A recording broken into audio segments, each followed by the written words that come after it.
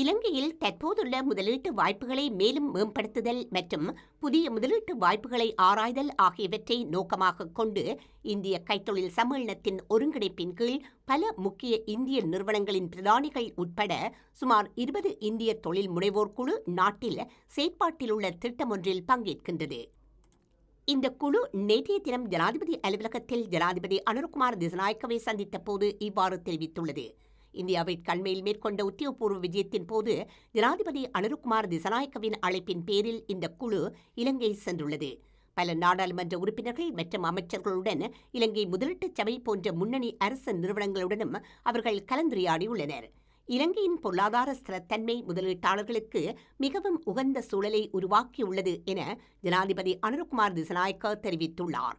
நாட்டின் சிறந்த பொருளாதார நிலைமை மற்றும் முதலீட்டிற்கு உகந்த சூழலை உருவாக்க அரசாங்கம் எடுத்துள்ள நடவடிக்கைகள் குறித்து இந்திய தொழில் முனைவோருக்கு ஜனாதிபதி விளக்கியுள்ளார். இலங்கையின் மூலோபாய இருப்பிடம் முதலீட்டாளர்களிடமிருந்து வலுவான ஆர்வத்தை ஈர்த்துள்ளது என்று கூறிய இந்திய தொழில் முனைவோர் இலங்கையின் தற்போதைய நிலைமை குறித்து ஜனாதிபதியின் தெளிவுபடுத்தலை பாராட்டியதோடு அது அவர்களுக்கு ஊக்கத்தையும் புதிய நம்பிக்கையையும் அளித்துள்ளது என்றும் கூறினர்.